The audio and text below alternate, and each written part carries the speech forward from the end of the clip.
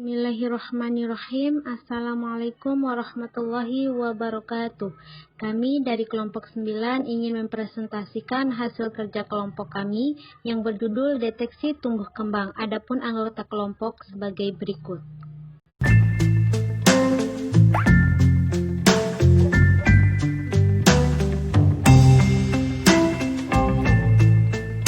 Materi pertama akan dibacakan oleh Biasmi Komaria. Langsung saja saya selaku pemateri pertama. Poin A adalah deteksi pertumbuhan anak. Penilaian pertumbuhan dan perkembangan dapat dilakukan sedini mungkin sejak anak dilahirkan. Deteksi dini merupakan upaya penjaringan yang dilaksanakan secara komprehensif untuk menemukan penyimpangan tumbuh kembang dan mengetahui serta mengenal faktor resiko pada balita yang disebut juga anak usia dini. Melalui deteksi dini, dapat diketahui penyimpangan tumbuh kembang anak secara dini, sehingga upaya pencegahan, stimulasi penyembuhan, serta pemulihan dapat diberikan dengan indikasi yang jelas. Pada masa-masa kritis, proses tumbuh kembang, upaya-upaya tersebut diberikan sesuai dengan umur perkembangan anak. Dengan demikian, dapat tercapai kondisi tumbuh kembang yang optimal. Penilaian pertumbuhan dapat dan perkembangan meliputi dua hal pokok, yaitu penilaian pertumbuhan fisik dan penilaian perkembangan. Masing-masing penilaian tersebut mempunyai parameter dan alat ukur sendiri. Dasar utama dalam menilai pertumbuhan fisik anak adalah penilaian menggunakan alat baku atau standar.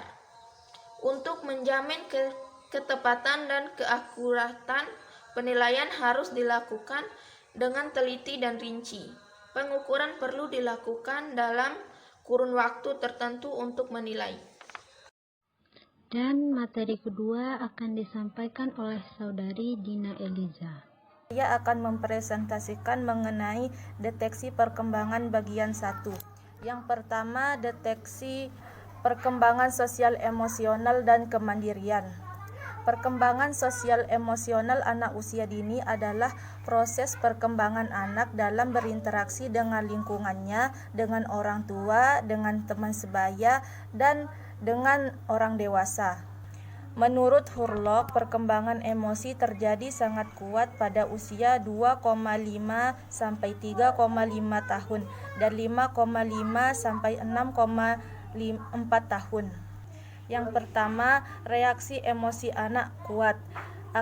Anak akan merespon peristiwa dengan kadar emosi yang sama. Yang kedua, reaksi emosi muncul setiap peristiwa. Yang ketiga, emosi mudah berubah dan memperlihatkan reaksi spontan. Yang keempat, reaksi emosi bersifat individual dan pemicu emosi yang sama. Yang kelima, keadaan emosi anak dikendalikan dengan segala tingkah laku. Kemudian, ciri-ciri keterlambatan kemandirian pada anak diantaranya yaitu yang pertama, tidak dapat mempertahankan perhatian. Yang kedua, fokus pada objek yang tidak biasa dalam waktu yang lama. Yang ketiga, menghindari tatapan mata dengan orang lain. Yang keempat, terlihat frustasi dalam melakukan aktivitas sederhana. Yang kelima, memperlihatkan perilaku agresif.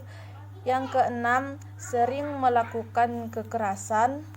Kemudian, tidak berusaha mendapat perhatian, dan yang terakhir, tidak merasa perlu mendapat persetujuan. Kemudian poin kedua, deteksi perkembangan bahasa. Seorang bayi mulai mengenal bahasa dari beberapa tahap. Yang pertama, tangisan, yang kedua, vokalisasi, yang ketiga, ocehan, dan yang terakhir, ujaran terpola. Penyebab gangguan perkembangan bahasa adalah karena gangguan pendengaran, kelainan organ bicara, lemahnya mental, dan kelainan genetik. Keterlambatan fungsional, afasia reseptif, dan lingkungan. Deteksi dini terhadap gangguan perkembangan bahasa sangat menentukan nilai intervensi yang akan diberikan sehingga akan mempengaruhi perkembangan kognitif secara menyeluruh. Penelitian yang dilakukan oleh Helen mengenai keterlambatan bahasa pada toddlers dengan pengaruhnya pada kemampuan sekolah dan perkembangan bahasa pada umur 8 tahun menunjukkan bahwa screening tersebut dapat menurunkan jumlah anak yang membutuhkan pendidikan khusus dan memberikan perbaikan pada kemampuan bahasa. Baiklah, poin yang terakhir tentang deteksi motorik halus. Tanda-tanda gangguan perkembangan anak sebenarnya bisa dideteksi sejak dini dengan merujuk pada red flags. Baik red flags perkembangan motorik kasar, motorik halus, kognitif, dan bahasa. Dr. Atalia Dewanti, spesialis anak, menerapkan red flags untuk deteksi dini gangguan sensori motorik. Yang pertama, tidak dapat memegang benda yang diletakkan di tangannya pada usia 4-5 bulan. Yang kedua, tangan tetap terkepal sampai usia 4-5 bulan. Yang ketiga, tidak dapat memegang benda dengan satu tangan pada umur 7 bulan. Yang keempat, tidak dapat memindahkan benda kecil pada usia 6-7 bulan. Yang kelima, tidak dapat menyusun 3 kubus pada usia 2 tahun. Dan yang terakhir, tetap memasukkan benda ke mulut disertai air liur pada usia 2 tahun. Dan materi ketiga yang akan disampaikan oleh saya sendiri yaitu Miftahul Khairah. Saya sebagai pemateri ketiga yaitu akan menjelaskan tentang deteksi perkembangan anak pada bagian 2. Yang pertama yaitu deteksi perkembangan penglihatan anak. Mata merupakan salah satu organ yang sangat vital bagi manusia. Sekitar 80% dari informasi yang kita terima berasal dari mata. Oleh karena itu, yang penting untuk menjaga kesehatan mata selagi masih anak-anak. Sebaiknya orang tua lebih memperhatikan kondisi anak, karena anak usia dini belum bisa mengerti dengan gangguan kesehatan yang dialaminya. Berikut ini gangguan penglihatan yang kerap dialami oleh anak, yaitu yang pertama kelainan refraktif. Kelainan ini disebabkan oleh ketidaknormalan bentuk mata yang menyebabkan terjadinya salah bias dan menyebabkan pandangan menjadi buram.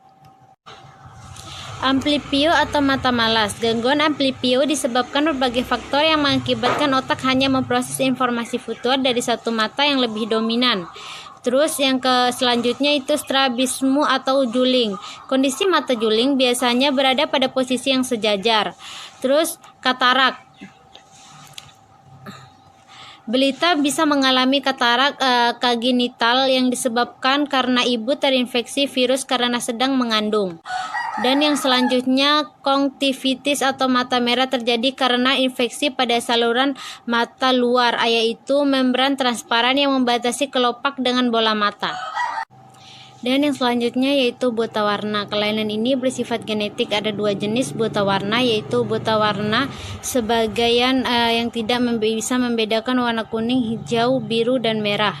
Terus buta warna total yaitu tidak bisa melihat warna. Ada pula buta warna aquaret atau dapat dikatakan bukan genetik, yaitu bila anak mengonsumsi obat tertentu, misalnya obat-obatan untuk malaria dan TBC.